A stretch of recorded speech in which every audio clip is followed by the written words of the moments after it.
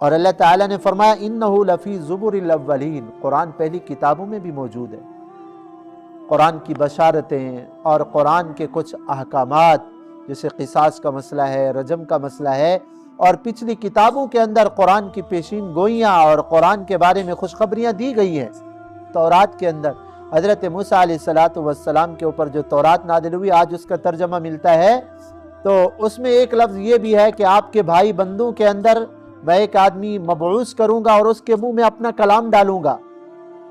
بھائی بند حضرت موسیٰ علیہ السلام بنی اسرائیل سے تھے، آپ صلی اللہ علیہ وسلم بنی اسماعیل میں سے ہیں، تو آپ صلی اللہ علیہ وسلم کی بشارت اور قرآن جو ہے نا تورات انجیل کے اندر قرآن کی بشارت تو ہے، آپ صلی اللہ علیہ وسلم اور صحابہ اکرام کی بشارتیں، ان کی صفات بھی تورات انجیل میں اللہ نے بیان فرمائی۔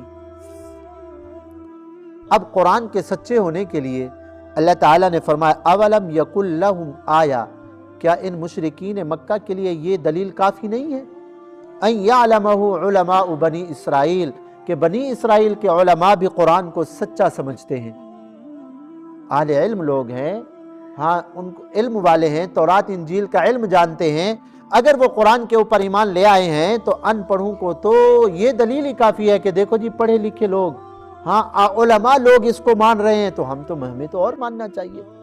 حضرت عبداللہ بن سلام رضی اللہ تعالی عنہ کے بارے میں آتا ہے، وہ آپ صلی اللہ علیہ وسلم پر ایمان لائے، یہودیوں کے بڑے عالم تھے۔ انہوں نے عرض کیا یا رسول اللہ، یہودیوں کو ابھی میرے پتہ نہیں ہے کہ میں مسلمان ہوا ہوں، یہودیوں کو میرے مسلمان ہونے کا پتہ نہیں، اور یہود میں حضرت عبداللہ بن سلام کا بڑا مقام تھا، یہودی علماء میں بڑا، یہودی عوام میں بھی علماء میں بھی بڑے عالم تھے عبداللہ بن سلام رضی اللہ عنہ۔ وہ قرآن سنا، انہوں نے ایمان لے آئے، سچا سمجھا قرآن کو، آپ صلی اللہ علیہ وسلم کی جو ہے نا بشارتیں جو تورات میں تھی ان کو سچا جان لیا تو ایمان لے آئے۔ یہودیوں کو پتہ نہیں تھا، انہوں نے عرض کیا یا رسول اللہ، یہود بڑی جھوٹی قوم ہے، بہتان باندھنے والی قوم ہے، اگر ان کو پتہ چل گیا میرے بارے میں کہ میں مسلمان ہو گیا ہوں تو میرے اوپر الزامات لگائیں گے، ان کو پتہ نہیں ہے، وہ آپ کے پاس یہودی آ رہے ہیں، میرے بارے میں ذرا پوچھ لینا کہ میں ان میں کیسا آدمی ہوں۔ حضرت عبداللہ بن سلام ذرا چھپ گئے ایک طرف، یہودی آئے آپ صلی اللہ علیہ وسلم کی مجلس میں، تو آپ صلی اللہ علیہ وسلم نے فرمایا کیف فیکم عبداللہ بن سلام، عبداللہ بن سلام تمہارے اندر کیسا آدمی ہے، تم کیسا جانتے ہو عبداللہ بن سلام کو؟ انہوں نے کہا جی واہ واہ، وہ تو ہمارا سب سے بڑا عالم ہے عبداللہ بن سلام، کیا پوچھتے ہو اس کا، وہ ہم سب میں بہتر بھی ہے، سب میں بڑا عالم بھی ہے، اچھا بڑا معتبر آدمی ہے؟ انہوں نے جی بالکل معتبر آدمی ہے۔ آقا نے فرمایا اگر وہ ایمان لے آئے تو تم لاؤ گے ایمان؟ انہوں نے کہا یہ ہو ہی نہیں سکتا کہ وہ ایمان لائے، کیونکہ آپ وہ پیغمبر ہی نہیں ہیں۔ یہودی کہنے لگے جس کی بشارت ہمیں تورات انجیل میں دی گئی ہے وہ ایمان نہیں لا سکتے، فرمایا اگر لے آئے ایمان تو تم ایمان لاؤ گے؟ تو یہودی خاموش ہو گئے، اتنے میں حضرت عبداللہ بن سلام باہر آئے، کہا اشہد ان لا الہ الا اللہ وحدہ لا شریک لہ واشہد ان محمدا عبدہ ورسولہ، کلمہ پڑھ لیا نا سب کے سامنے۔ تو وہ جو ایک منٹ پہلے کہہ رہے تھے کہ یہ ہمارا بڑا عالم ہے، تو وہ کہنے لگے ہم یہودیوں میں سب سے برا آدمی یہ ہے، یہ کسی کام کا نہیں ہے۔ تو بھائی علماء اگر مان لیں، علم والے اگر کسی چیز کو حق سمجھ لیں تو عوام کے لیے یہی دلیل کافی ہوتی ہے کہ یہ چیز حق ہے۔ اللہ تعالیٰ نے بھی یہی فرمایا نا اولم یکن لہم آیا، کیا ان کے لیے یہ نشانی کافی نہیں ہے ان یعلمہ علماء بنی اسرائیل، کہ بنی اسرائیل کے علماء قرآن کو سچا سمجھتے ہیں۔ آج بھی اگر کسی لیڈر اور کسی عالم کے پیچھے علماء کی ایک جماعت ہو تو آنکھیں بند کر کے اس کے پیچھے چلو کہ علماء اس کے سامنے چل رہے ہیں، اچھے برے کی پہچان ہوتی ہے ان کو، تو یہ آدمی اچھا آدمی ہے، یہ آدمی اچھا آدمی ہے، علماء اس کے پیچھے چل رہے ہیں۔ عوام کا تو کوئی اعتبار نہیں ہوتا، ان کو کیا پتا کہ حق اور باطل کیا ہوتا ہے۔ تو اللہ تبارک و تعالی نے فرمایا علماء بنی اسرائیل کے علماء جو منصف لوگ تھے نا، حق کو پہچاننے والے، تو جب آپ صلی اللہ علیہ وسلم اور قرآن کو انہوں نے سنا، آقا کو دیکھا، تو بالکل وہ تورات کی نشانیوں کے مطابق تھا، وہ ایمان لے آئے۔ اسی طرح حضرت سلمان فارسی رضی اللہ عنہ صحابہ اکرام میں بڑی عمر کے صحابی تھے، ان کی عمر تھی 300 سال، حضرت سلمان فارسی رضی اللہ تعالیٰ عنہ کی عمر 300 سال تھی۔ آپ صلی اللہ علیہ وسلم کی تلاش کے اندر 10 لوگوں کے پاس یہ بیچے گئے۔ انہوں نے تورات انجیل پڑھی تھی کہ آپ صلی اللہ علیہ وسلم تشریف لائیں گے۔ ان کے جو پادری لوگ تھے بتاتے تھے کہ آپ صلی اللہ علیہ وسلم آنے والے ہیں، تو انہوں نے ان سے پوچھا اپنے آخری استاد سے کہ اللہ کے آخری نبی کس جگہ پہ آئیں گے؟ تو انہوں نے کہا جس جگہ کھجوریں زیادہ ہیں وہاں آپ چلے جاؤ، وہاں اللہ کے نبی آئیں گے۔ تو بکتے بکاتے حضرت سلمان فارسی رضی اللہ تعالیٰ عنہ مدینہ طیبہ کے یہودیوں کے غلام تھے۔ جب مدینہ طیبہ آئے دیکھے تو کھجوریں بہت زیادہ ہیں، کہا ماشاءاللہ اللہ تعالیٰ میرے لیے راستہ آسان کر رہے ہیں، اللہ کے آخری پیغمبر کی جو جگہ ہے ہجرت کی لگتا ہے یہ کھجور والا علاقہ ہے، یہاں آئیں۔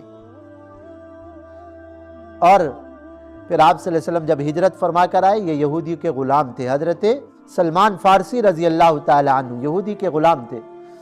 تو آپ صلی اللہ علیہ وسلم جب ہجرت فرما کر آئے تو تورات کے اندر یہ نشانی تھی اللہ کے آخری جو پیغمبر ہیں نا وہ صدقہ قبول نہیں کریں گے، وہ ہدیہ قبول کریں گے۔ تو حضرت عبداللہ بن سلام کھجوریں لے کر آئے آپ صلی اللہ علیہ وسلم سے۔ آپ صلی اللہ علیہ وسلم نے ان سے پوچھا کہ سلمان یہ کھجوریں کس لیے لائے ہو؟ انہوں نے کہا جی یہ صدقہ کی کھجوریں ہیں۔ تو آپ صلی اللہ علیہ وسلم نے صحابہ سے فرمایا بھائی تم کھاؤ، صدقہ تو ہم نہیں کھاتے۔ انہوں نے کہا بھائی ایک نشانی پوری ہو گئی ہے۔ دوسرے دن پھر حضرت سلمان فارسی رضی اللہ عنہ آئے اور کھجوریں لے کر آئے۔ تو آپ صلی اللہ علیہ وسلم نے پوچھا کہ سلمان یہ کھجوریں کیسے لائے ہو؟ انہوں نے کہا جی یہ ہدیہ ہے۔ تو آپ صلی اللہ علیہ وسلم نے خود بھی کھایا، اور جو ہے نا آپ صلی اللہ علیہ وسلم نے صحابہ اکرام کو بھی فرمایا کہ بھی کھاؤ۔ تو پھر جب یہ نشانیاں پوری ہو گئیں، حضرت عبداللہ بن سلام جو ہے نا حضرت سلمان فارسی رضی اللہ عنہ مسلمان ہو، یہودیوں کے غلام تھے۔ انہوں نے عرض کیا یا رسول اللہ میں غلام ہوں۔ تو یہودی نے ایک شرط لگائی تھی کہ بھائی 300 کھجوروں کے درخت لگا دو، پھل دے دے، اور 40 اوقیہ میرے خیال میں چاندی تھی، 40 اوقیہ تم چاندی یہ بھی دے کما کر، اور 300 کھجوروں کے درخت لگا دو، پھر ہم تمہیں آزاد کریں گے۔ آپ صلی اللہ علیہ وسلم کے پاس آئے، یا رسول اللہ 40 اوقیہ میں کہاں سے لاؤں؟ تو تھوڑی سی چاندی آئی آپ صلی اللہ علیہ وسلم کے پاس۔ آقا نے فرمایا سلمان لے جاؤ اس کی وزن کراؤ۔ انہوں نے عرض کیا یا رسول اللہ یہ تو تھوڑی لگتی ہے۔ فرمایا جاؤ وزن تو کراؤ، اللہ ہو سکتا ہے برکت دے دے اس میں۔ تو انہوں نے جا کے وزن کرایا، پوری 40 اوقیہ وزن پورا ہو گیا۔ یہودی بار بار دیکھنے لگا بھائی یہ چاندی تھوڑی نظر آ رہی ہے، وزن پورا ہے۔ نے کہا بھائی شرط لگائی تھی 40 اوقیہ، تو یہ لو وزن چاندی ہو گئی پوری؟ اس نے کہا جی ہو گئی۔ چلو، اس نے کہا ابھی تو کھجور 300 درخت لگانے ہیں، جب پھل آئے تو پھر دیکھا جائے گا۔ یعنی اس یہودی خبیث نے ایسی شرط لگائی تھی کہ یہ پوری ہی نہ ہو سکے۔ تو آپ صلی اللہ علیہ وسلم نے صحابہ اکرام سے فرمایا چلو بھائی، حضرت سلمان سے کہا تم کھڈے نکالو، میں کھجور کے درخت اکٹھے کرو، میں لگاتا ہوں گٹھلیاں۔ انہوں نے کھڈے شڈے نکالے ہو، تو حضرت آپ صلی اللہ علیہ وسلم تشریف لے گئے، وہ کھجوریں لگا دی، ساری کی ساری 300 درخت لگائے، اور وہ جلدی تیار ہوئی۔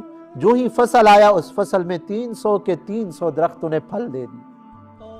یہ آپ صلی اللہ علیہ وسلم کا معجزہ بھی تھا، ایک ہی سال کے اندر پھل دے دیا۔ یہودی سے کہا بھئی اب تمہاری شرطیں پوری ہو گئیں، چلو ہم گئے، اب آزاد ہو گئے حضرت سلمان فارسی۔